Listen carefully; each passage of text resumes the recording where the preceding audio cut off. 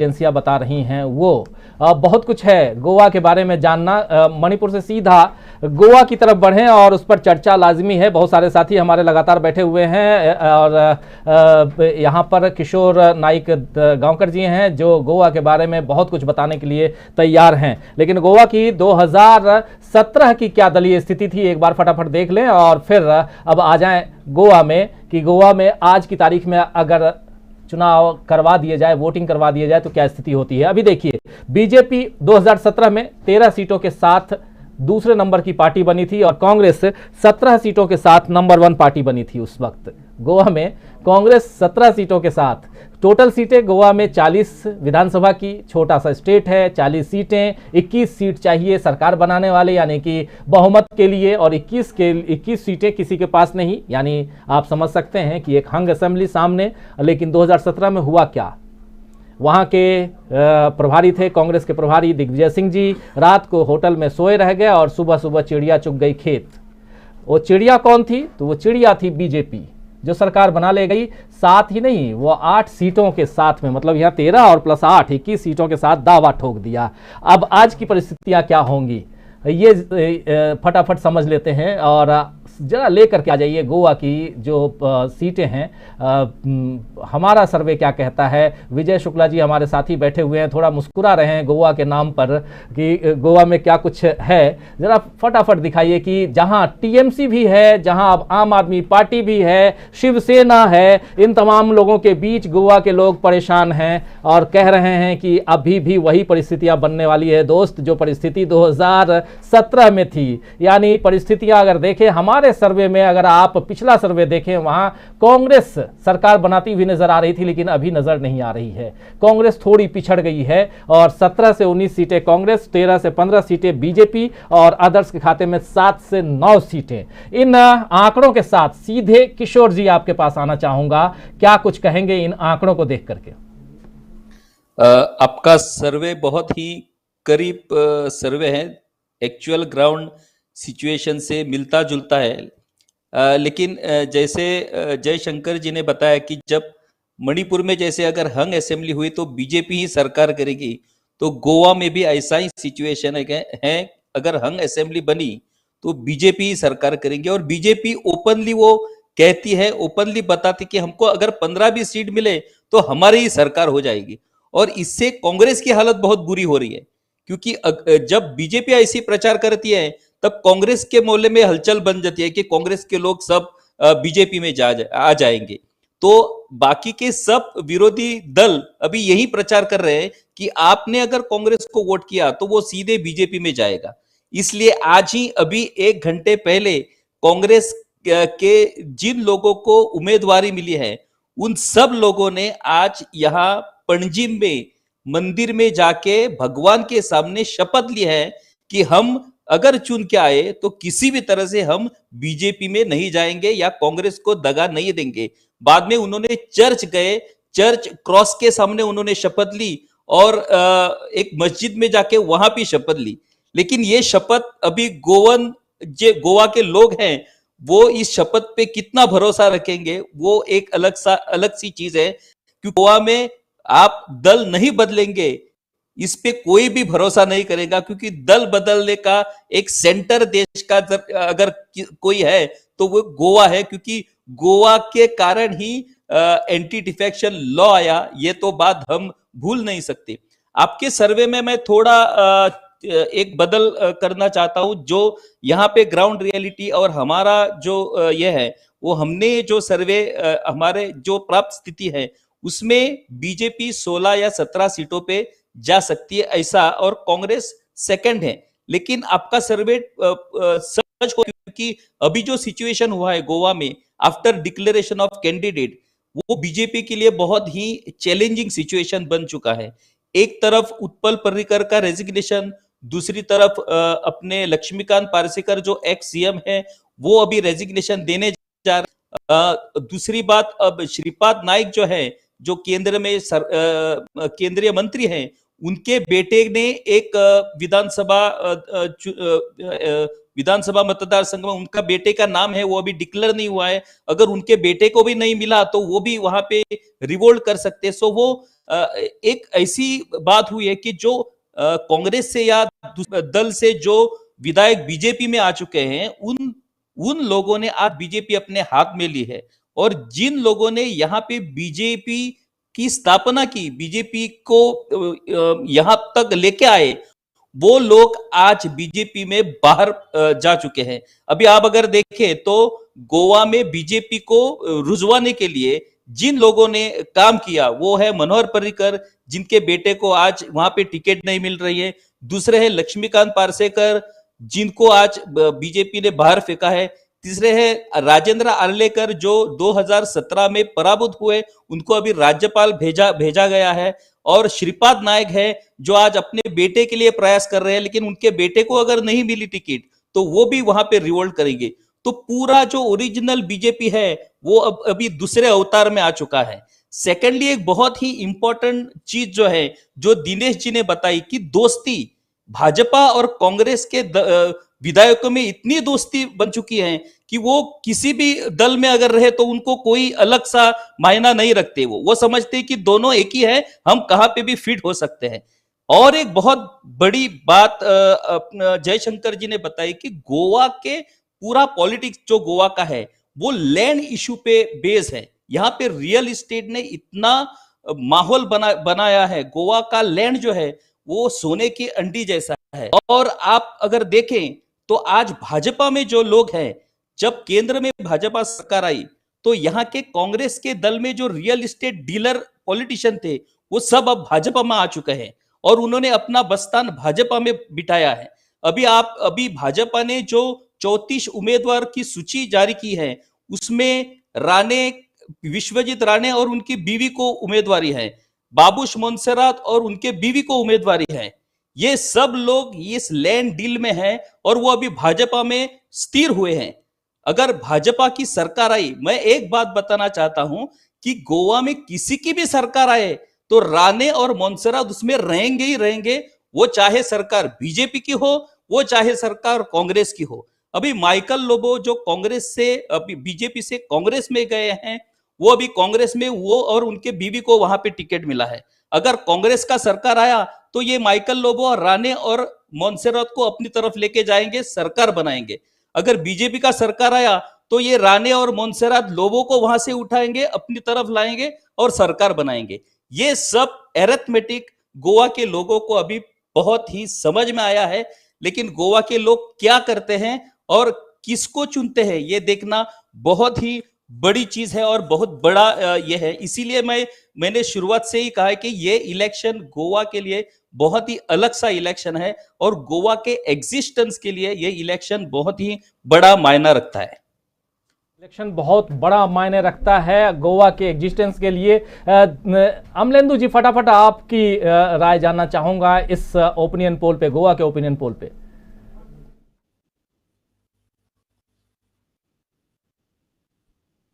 अमलेंदु, आवाज आ रही है? अमलेंदु जी के पास आवाज नहीं आ रही है। प्रशांत जी, आपकी राय जानना चाहूंगा गोवा पर। देखिए, मुझे लग रहा है कि अपना ओपिनियन पोल बिल्कुल सत्यता के नजदीक है और जो परिस्थितियां उसमें ठीक है। सरकार जी हाँ बिल्कुल आ रही है। हाँ, ये मैं कह रहा हूँ, अपनी बात रखिए।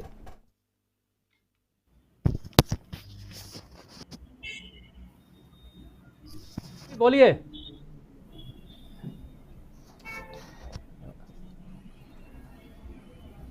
अमलेंदु जी बोलिए। उनका कनेक्शन लगता प्रशांत है। जी, आप बोलिए। जी मेरी आ रही है आवाज? चलिए प्रशांत जी बोलिए, फिर अमलेंदु जी के पास आते हैं। जी नहीं, किशोर जी बहुत ही दिलचस्प गोवा की पॉलिटिक्स को बता रहे थे और वहाँ पे 2-3 फैक्टर और हैं जिस तरफ मैं इशारा करना चाहता हूँ। एक तो वहाँ पे माइनिंग का भी एक सिनारियो बहुत बड़ा है और वहाँ पे कॉरपोरेट स्टेक्स बहुत हाई हैं, खासकर अडानी की तरफ से। वो पोर्ट भी डेवलप हो रहा है वहाँ पे, उसमें वो उनका टेंडर है जिसमें कि वो हाईएस्ट लोवेस्ट बिडर हैं, और ये सारे सिनेरियो हैं। और इस वजह से आप देखिए कि बड़ी दूर दूर से पॉलिटिकल पार्टीज वहाँ पे पहुँच गई हैं। तो पिछले चुनाव को अगर आप देखें जैसे, तो आप वोट शेयर को अगर आप देखें, आम आदमी पार्टी के भी और तृणमूल भी वहाँ पे पिछली बार थी, तो वोट शेयर में बहुत अंतर है। और वो आप आम आदमी पार्टी को करीब 6.3% वोट था और तृणमूल को 3% वोट शेयर था। वहाँ से उनको यात्रा बड़ी लंबी करनी है, मतलब 11-12% के बाद आप सीट में कन्वर्जन का सोच सकते हैं। जब मल्टी कॉर्नर फाइट हो तब तो कम से कम आपको 20-25% वोट शेयर लाना होगा, तब जाके वो सीट में कन्वर्ट होता दिखता है मल्टी कॉर्नर फाइट में भी। तो अभी वो सीट को कन्वर्ट करने के वोट शेयर में तृणमूल कांग्रेस आम आदमी पार्टी कितना होगी, मुझे लगता नहीं कि वो करीब होंगे। यानी मैं कह रहा हूं कि एक भी सीट के करीब होंगे। एक तो बात ये है। दूसरा कि गोवा में साउथ गोवा का बहुत बड़ा योगदान और होगा, और खासकर जहाँ पे कैथोलिक बेल्ट है और वहीं पे माइनिंग इशू है। और आप देखिए कि बीजेपी ने भी जो कांग्रेस के लोग तोड़े, तो उसमें 15 कैथोलिक जो है वो अभी बीजेपी के हैं, जो कांग्रेस की टिकट जीते। और इसीलिए नरेंद्र मोदी वहां पे गए तो उनको पोप याद आ गए। तो ईसाइयों पे हमले जो हो रहे हैं पूरे देश में, मुझे नहीं लगता कि गोवा का क्रिश्चियन उसको अलग तरीके से देखता होगा। ये भी एक फैक्टर होगा वहां पे। और दूसरा जो फैक्टर होगा कि जो आप कह रहे हैं कि आपका सर्वे कह रहा है कि त्रिशंकु विधानसभा होगी, हंग असेंबली आ सकती है। और हंग असेंबली में हम सब जानते हैं कि बीजेपी का ट्रैक रिकॉर्ड है, और अभी किशोर जी ने बहुत ही उसको ढंग से समझा भी दिया। मुझे लगता है कि गोवा के लोग भी इस बात से चिंतित होंगे, और वो हंग असेंबली नहीं देंगे, बल्कि वो इतना मार्जिन देंगे कि वो 2-4 एमएलए इधर उधर करके कोई मैनेज भी ना कर सके। मुझे ऐसा लगता है कि गोवा की जनता, चाहे वो बीजेपी को जिताए या कांग्रेस को जिताए, वो एक तरफा जिताएगी इस बार हंग असेंबली की गुंजाइश जो है गोवा रखेगा नहीं। और एक और वहां पे किशोर साहब के भी नामा राशि, उनकी भी स्टेक्स इन्वॉल्व है। बहुत ही शिद्दत से चुनाव वो तृणमूल कांग्रेस को वहां पे ले गए, और वो हर सप्ताह इंटरव्यू दे रहे हैं, और राष्ट्रीय राजनीति में उनकी एक खास मीडिया में उनकी बड़ी दखल दिखाई देती है। तो उनका भी इम्तिहान गोवा में है। और 10 तारीख को जब हम लोग यहाँ पे चर्चा करेंगे, तो मेरा एक ध्यान इस बात पे भी होगा कि कितने बड़े चुनाव के कंसल्टेंट हैं जिन्होंने बड़े बड़े क्रिएट कर दिए हैं इस देश में, वो गोवा का चुनाव कैसे लड़ा उन्होंने। गोवा का चुनाव कैसे लड़ा, और बात पीके की कर रहे थे किशोर भाई, आप अच्छी तरह से समझ रहे हैं। खैर, लेकिन अमलेंदु जी, आपकी आवाज नहीं आ रही थी। आपका पॉइंट ऑफ व्यू इस पर गोवा पे जानना हम चाह रहे थे, और फिर आएंगे जयशंकर जी आपके पास, और उसके जी हरप्रीत जी, आप कुछ कहना चाह रहे थे। हरप्रीत जी की आवाज नहीं आ रही है। हरप्रीत जी अभी आ रही है जी? हेलो, आ रही है। मैं 24 अक्टूबर को गोवा में था। तो मैं जहां रुका वहां सारे ही क्रिश्चियन फैमिली से थे, जो लोग क्रिश्चियन लोग थे। पूरा साउथ में रुका मैं। तो मैं उन लोगों के साथ घूमा भी, 7 दिन उन्हीं की गाड़ियों में घूमा। तो उन्होंने एक ही बात, बहुत बहुत इंटरेस्टिंग बात कही। मेरा जैसे शौक है तो मैं जगह जगह बार क्या होगा, क्योंकि उस दौरान ममता बनर्जी के पोस्टर बहुत लगे हुए थे। तो वो ये कहता है कुछ नहीं है साहब, हम बाहर वाले को वोट क्यों देंगे, ये लोग तो हमें खराब करता है, पिछली बार हमारा सारा काम खराब कर दिया, तो हम बाहर वाले को वोट नहीं देंगे इस बार। ये उन लोगों की है जो लोग पोप के वहां, मतलब जो क्रिश्चियन कम्युनिटी से सबसे ज्यादा बिलोंग करते हैं। उनमें से एक पर्सन था जो बहुत ही क्लोज, मतलब जिन लोगों का रुतबा कहा जा सकता है क्रिश्चियन कम्युनिटी में, गांव में, उस गांव की बात कर रहा हूं मैं। तो मेरे को थोड़ा इंटरेस्टिंग लगा कि हाँ, इस बार कांग्रेस के चांसेस ज्यादा हैं, इनके बीजेपी के चांसेस बहुत कम है। आप देख लीजिएगा, वोट शेयर बीजेपी का बहुत कम होगा इस बार। ये मेरा मानना क्या, मेरा जो लोकल, मैंने वहां लोगों से बात करी है जो, उसके हिसाब से मैं कह रहा हूं, ये मेरा आकलन है, आपका सर्वे कुछ भी कहता हो, जो लोकल लोग हैं, जो क्रिश्चियन कम्युनिटी से हैं, वो इस बार नहीं देने वाले। पारेकर के बारे में भी वो बोलते हैं, कहते हैं जब था ठीक था, फिर वो जब आरएसएस माइंड में हो गया तो उसने उसके ऊपर भी इल्जाम लगा रहे। तो खैर, जो आदमी नहीं रहा उसके ऊपर के बारे में क्या बोलना। मतलब मेरा कहना है कि बीजेपी का स्कोप इस समय नहीं है वहां पर, कुछ भी कह लीजिएगा। बाकी मैं घुमा हूं, मैंने 7 दिन यही देखा कि कैसे क्या पोस्टर इतने बड़े बड़े, नया नया गोवा, नया सब कुछ चल रहा था।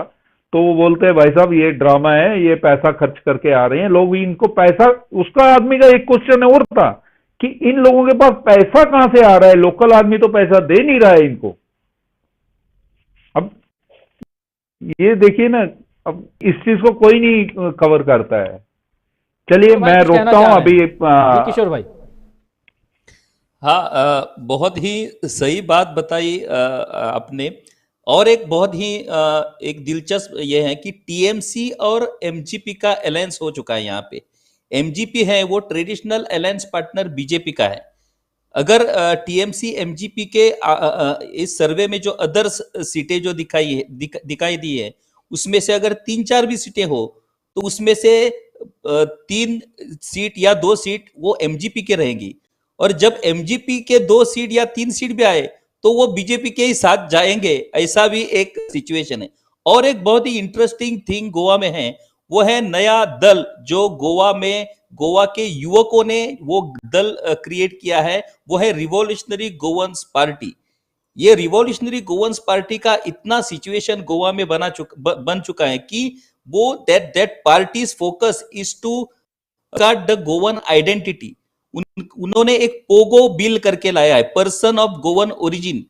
उनका डिमांड है कि गवर्नमेंट ने ओरिजिनल गोवन का एक डेफिनेशन तैयार करना चाहिए, जिस तरह से वो बाकी जो कुछ स्कीम्स है और जो गोवन के लिए जो भी कुछ रहेगा वो सिर्फ पर्सन ऑफ गोवन ओरिजिन को ही मिलना चाहिए।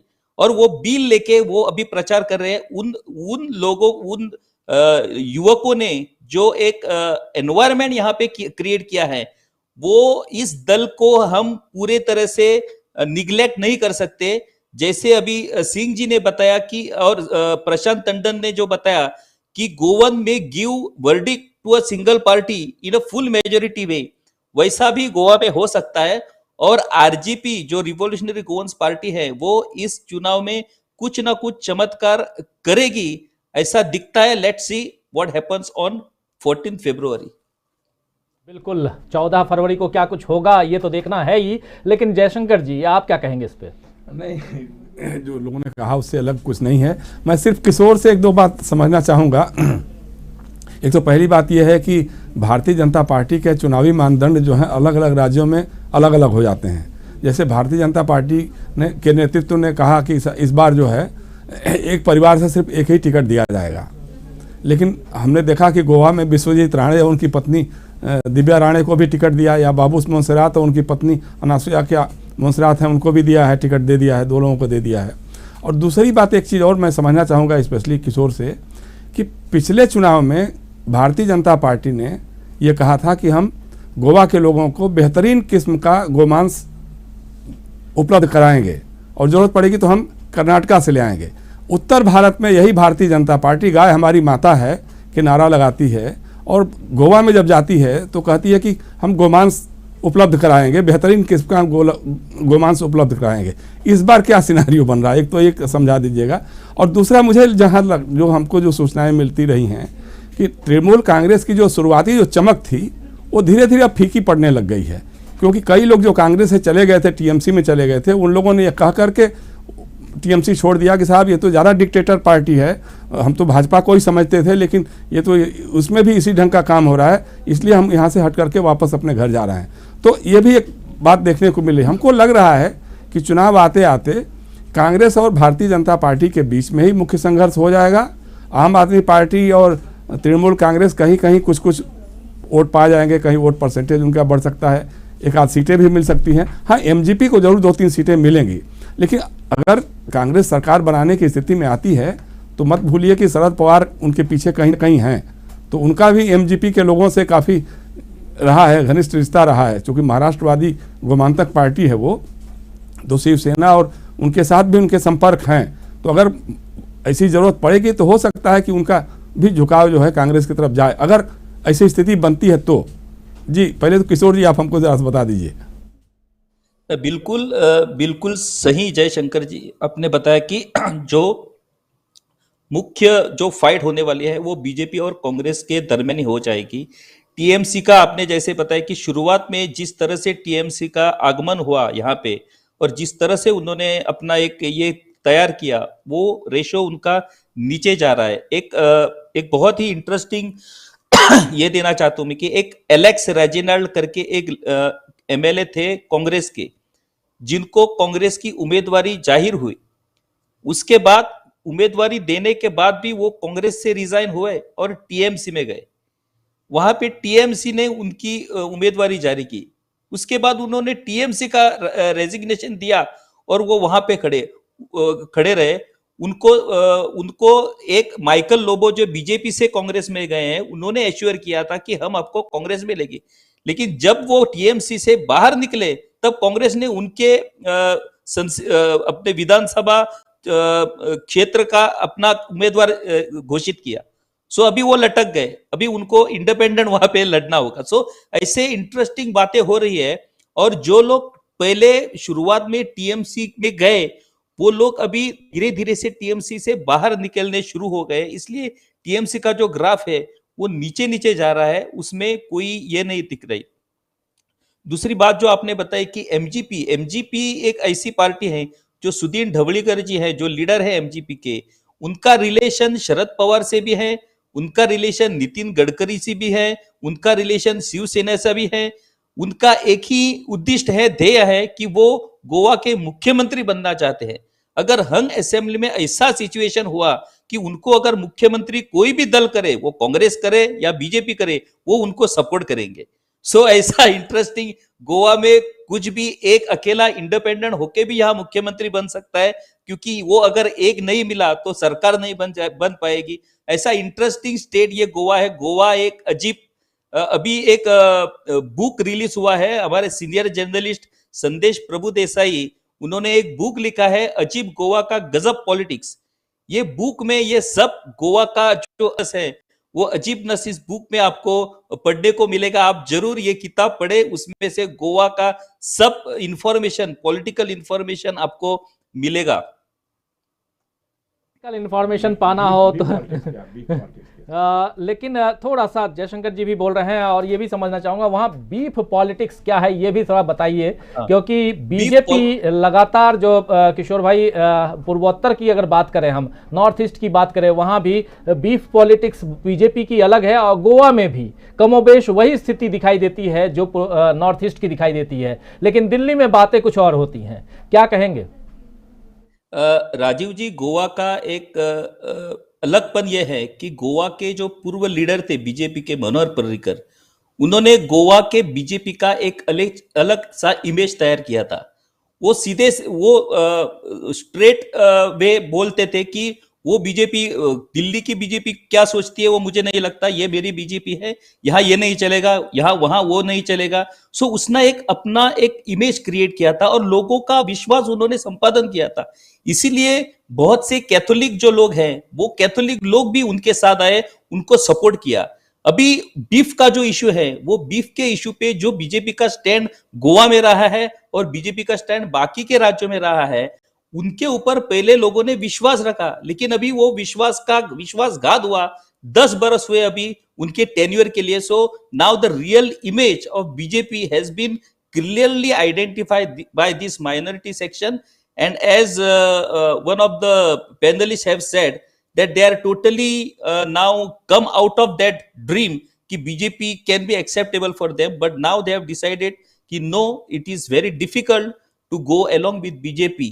और इसलिए 10 बरस का जो ये पीरियड है, अभी हिंदू कॉन्सुलेट भी नहीं हो सकता बीजेपी के साथ, क्योंकि उन्होंने ये स्टैंड लेके जो यहाँ का आरएसएस है और आरएसएस के संबंधित जो गढ़ है उनको दुखवा है, अपने रीजनल लैंग्वेज के इशू पे उन लोगों के बीजेपी ने हर्ट किया, अभी गो मास के इशू पे माइनॉरिटी को हर्ट किया। सो ये सब लोगों को उन्होंने हर्ट करके अपना अलग सा ही ये बनाया है। और ये नया बीजेपी, आई विल से कि इस चुनाव में जो बीजेपी गोवा में है वो नए अवतार का बीजेपी है। ये नए अवतार की बीजेपी को लोग स्वीकार करते हैं या स्वीकार नहीं करते, ये इस चुनाव से आपको दिखाई देगा। जी बिल्कुल सही कह रहे हैं, ये नए अवतार की बीजेपी, लेकिन क्या इस बीजेपी को लोग स्वीकार करेंगे, ये सबसे बड़ा सवाल यहाँ पर है। इसलिए है क्योंकि बीजेपी के जो पुराने नेता थे, जिन लोगों ने बीजेपी को खड़ा किया गोवा में, जैसा किशोर जी बता रहे हैं, वो अब बीजेपी से बाहर हैं। और इतना ही नहीं, उनके बेटे भी अब बाहर हैं। तो ऐसे लोग अगर बाहर हैं तो फिर अब नई बीजेपी को लोग स्वीकार करते हैं या नहीं, ये सबसे बड़ा सवाल। और 10 मार्च को इसका जवाब मिलेगा। आज जो चीजें सामने आ रही हैं, जो ओपिनियन पोल सर्वे के आधार पर हम बता रहे हैं कि अभी तक ना ही बीजेपी को यहां पूर्ण बहुमत मिलते हुए दिखाई दे रहा है और न ही यहां पर कांग्रेस, यानी कांग्रेस सबसे बड़ी पार्टी तो बन रही है 17 से 19 सीटों के साथ, लेकिन फिर भी कांग्रेस को अभी भी चाहिए 3 सीटें सरकार बनाने के लिए। अगर देखें तो दोनों का मीन निकालें तो 18 और 3 21 सीटें, और 21 सीटों पे आप गोवा में सरकार बना पाएंगे। लेकिन ये स्थिति अगर रही तो हमारे तमाम पैनलिस्ट जितने भी बैठे हुए हैं, और साथ में शायद आप तमाम दोस्त जो हमें देख रहे हैं, हमारे शुभचिंतक, हमारे साथी, आप सब बोलेंगे कि ना, नहीं, ऐसी स्थिति में बीजेपी की ही सरकार वहां बनेगी, जो स्थिति अभी दिखाई दे रही है। तो कांग्रेस को अगर सरकार बनानी है तो पूर्ण बहुमत चाहिए, चाहे मणिपुर हो या गोवा हो या किसी भी स्टेट में। पूर्ण बहुमत नहीं तो आप सरकार नहीं बना सकते, ये तो तय मानिए, क्योंकि आपका पिछला इतिहास यही, पिछला जो रिकॉर्ड है यही कहता है। बढ़े